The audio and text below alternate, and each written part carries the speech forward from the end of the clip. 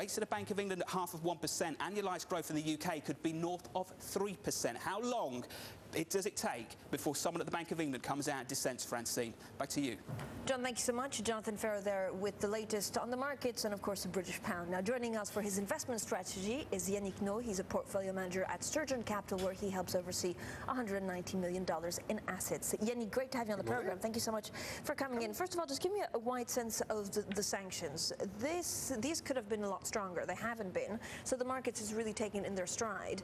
But will there come a point where actually markets are pricing this wrong? Well, right now the sanction is on a step-by-step basis to make sure that Russia could do the right thing. So far it has not worked. We have to keep in mind that the sanction with Igor Sechin, which is the chief executive of Rosneft, it's a very important sanction. We start to see CEOs of Statoil and other companies in Europe and States trying to see what will be their relationship with Rosneft, because a lot of companies, I mean Eni, Statoil, Exxon, a lot of companies have shared projects in Russia. So right now we still don't know what will be the consequence of those of the sanction, but this is probably the biggest new sanction we had so far. Yeah, you're absolutely right. I mean, they have relations with Eni, they have a relationship almost with all the oil majors, Exxon, also BP. So what does that mean for your strategy in terms of how you pick your stocks? Would you stay would you stay away from anything that's either Russia related, so the ruble and also possibly some Russian bonds, and do you stay away from oil majors? Well, before the crisis, we didn't have any Ukrainian or Russian exposure.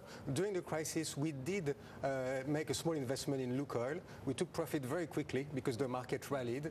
I think right now that the ruble is still going to be, could be weaker. I mean, we could see the ruble going to 36, breaking 36.5 versus the dollar.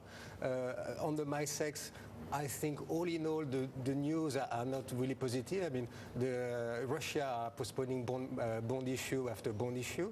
The price of oil is positive, obviously, but nevertheless, a bond yield. I mean, you have the 10-year ruble yield at 9%. So all in all, you have a lot of headwind for the Russian company, I would think. Yannick, overall, what's the overarching theme that you're looking at? So we mentioned sanctions there. We mentioned a little bit of geopolitics. China's slowing down. There seems to be a little bit worse than expected figures coming out of the States, possibly warranting some QE for a little bit of longer time. Here we have the ECB, and then we have the British pound rising. Is there one thing that concerns you more than the others?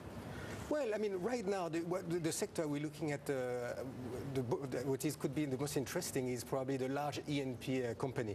I mean, why? Because all of those geopolitical concerns will be positive for the oil market. We think the supply, in fact, is much tighter than what the market expects. I mean, Saudi Arabia is producing close to all-time high level of oil. It will not be able to produce much more. Libya and Iran are still a concern.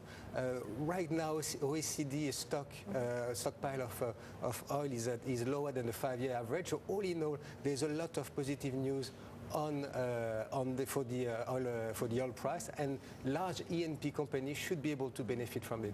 Within large E&P company, we like Statoil. I mean, they announced very good results this morning.